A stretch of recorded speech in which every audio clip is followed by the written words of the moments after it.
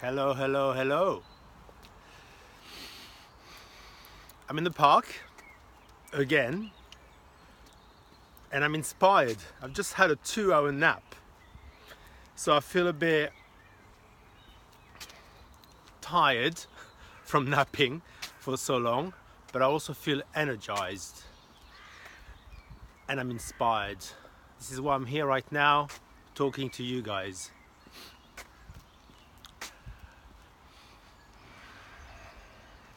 The older I get, the more I realize the power of the words we use. And this is why I'm learning to select very carefully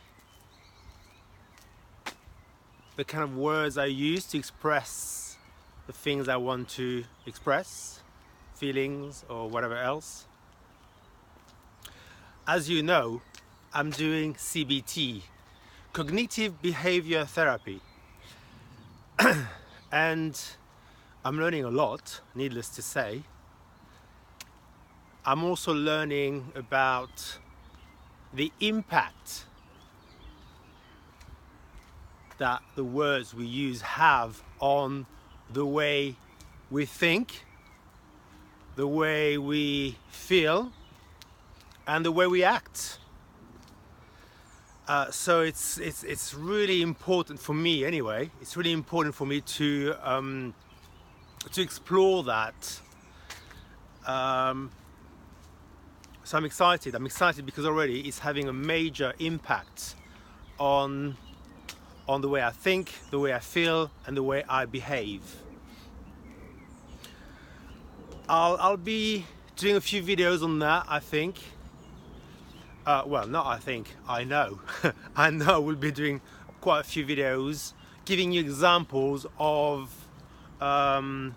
words that I use now to empower myself, and also giving you examples of words I prefer not to use because they make you feel a certain way. Today I'm going to give you an example. Yesterday I was having a chat with a friend of mine. You know, I have chats on a regular basis with people that, you know, are important to me. I'm going to try also to stop saying you know quite a lot. I've noticed that in my videos that occurs quite a lot. So I'd rather have a little silence than say you know, because sometimes I feel that I should be filling the silence with words, but we don't. So I'm bearing this in mind. So yesterday I was having a chat with a dear friend of mine. We were talking about a subject that is really important to me and very actual. And at the end of the conversation, my friend said, "Fingers crossed, it will work out." And because I'm doing all this work on words, trying to understand the impact the words have on our mood and our feelings and our behaviors, it really stood out. You know, what I heard really stood out.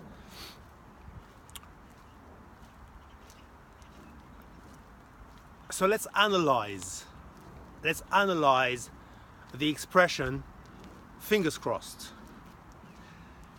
On the one hand, we're talking of a friend who cares for me and who really means well.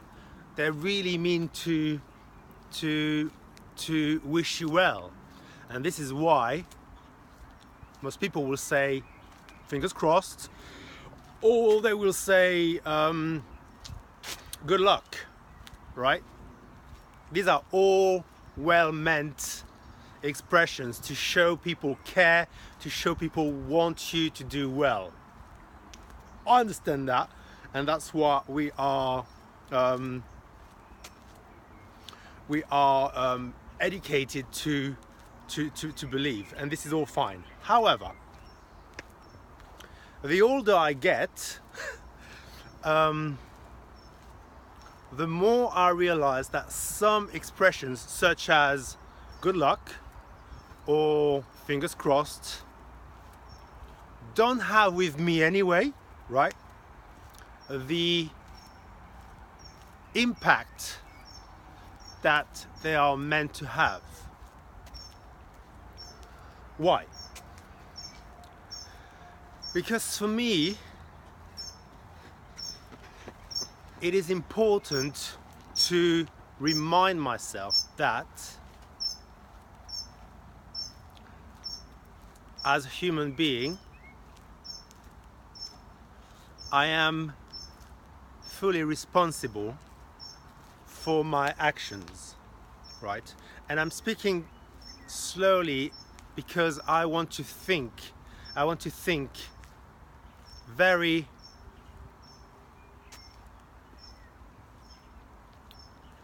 carefully about what I'm saying, right?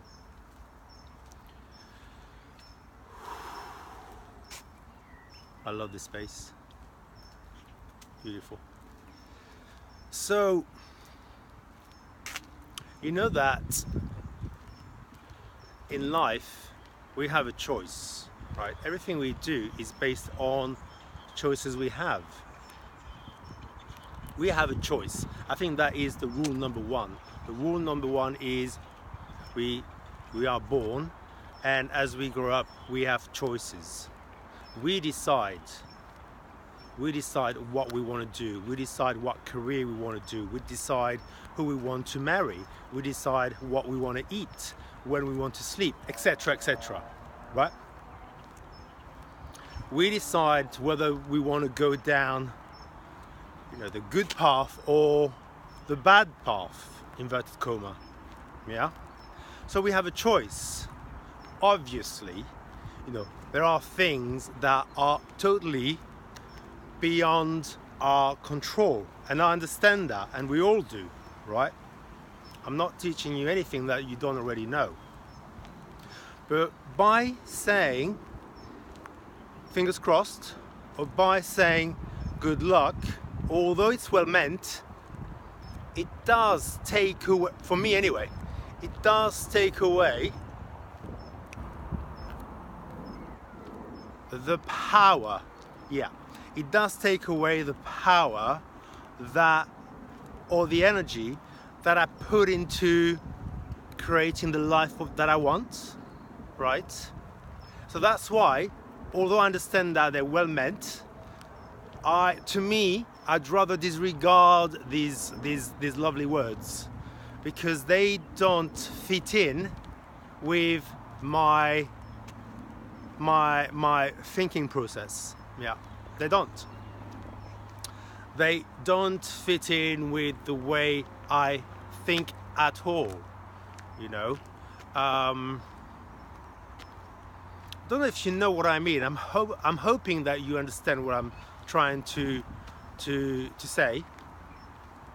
And over the next few days, I will give you further examples of words that are actually not helpful at all. What these words create is an element of, and I'm going to stop because it's so important now. These words create an element of fear, right? That makes you doubt your ability to make something happen, right? And to me, that is not where I want to be at. That is not how I want to feel about the work I do. That's not how I want to feel about the future I'm creating for myself.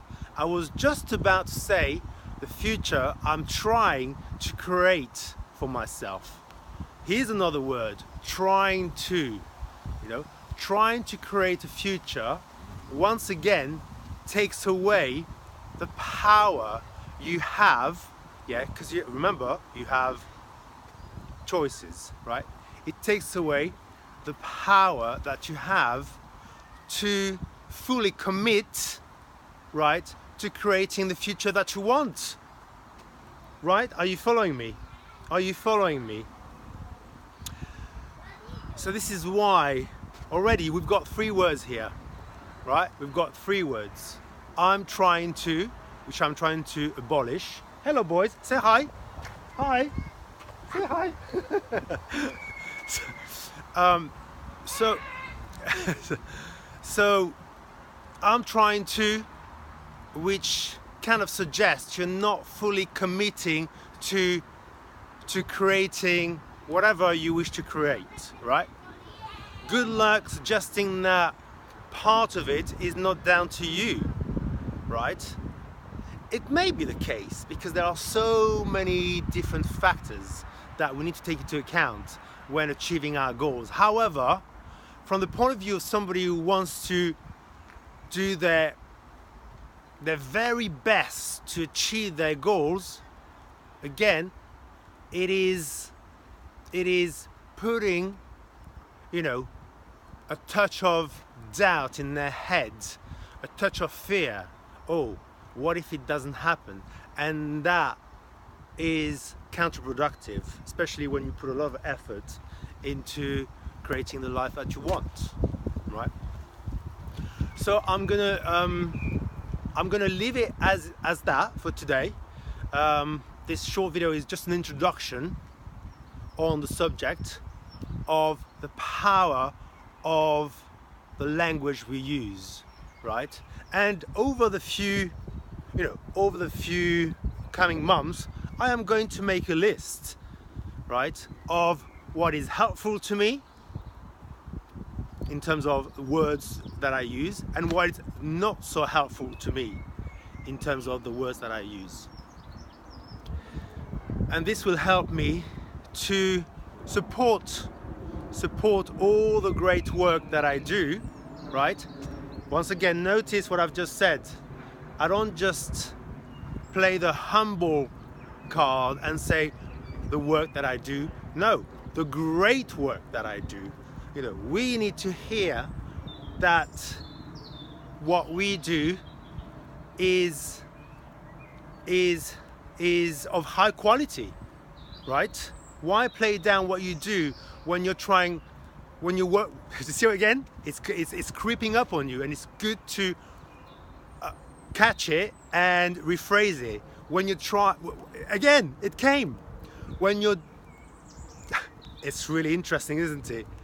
It's there, and if you don't pay attention to it, it will really affect you, your mood, your thoughts, your behaviors, right? So, oh, that's interesting. You see, a video, you know, it's all very, you know, interactive. I'm talking to you as I'm thinking, and what I'm working on, improving the way I think, the way I feel, and the way I behave. Old habits still try to come back and haunt me.